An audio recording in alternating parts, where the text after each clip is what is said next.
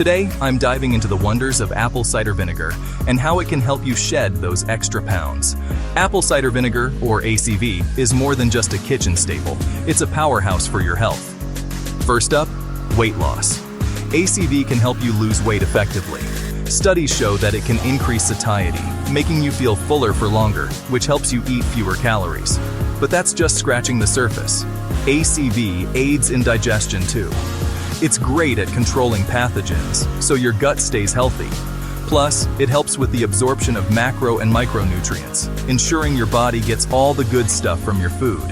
And say goodbye to bloating and gas. ACV's got your back. Ever had acid burping? Not fun, right? ACV can reduce those annoying acid burps and improve bile flow, helping your liver out and making sure proteins break down completely. Normalizing blood sugar levels is another biggie. ACV helps keep those levels steady, which is crucial for overall health. And let's not forget your immune system. ACV gives it a nice little boost, and it helps your body retain potassium, which is vital for many bodily functions.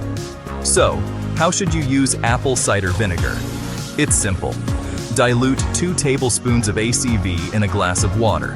Drink this mixture before bed and after meals. Easy, right?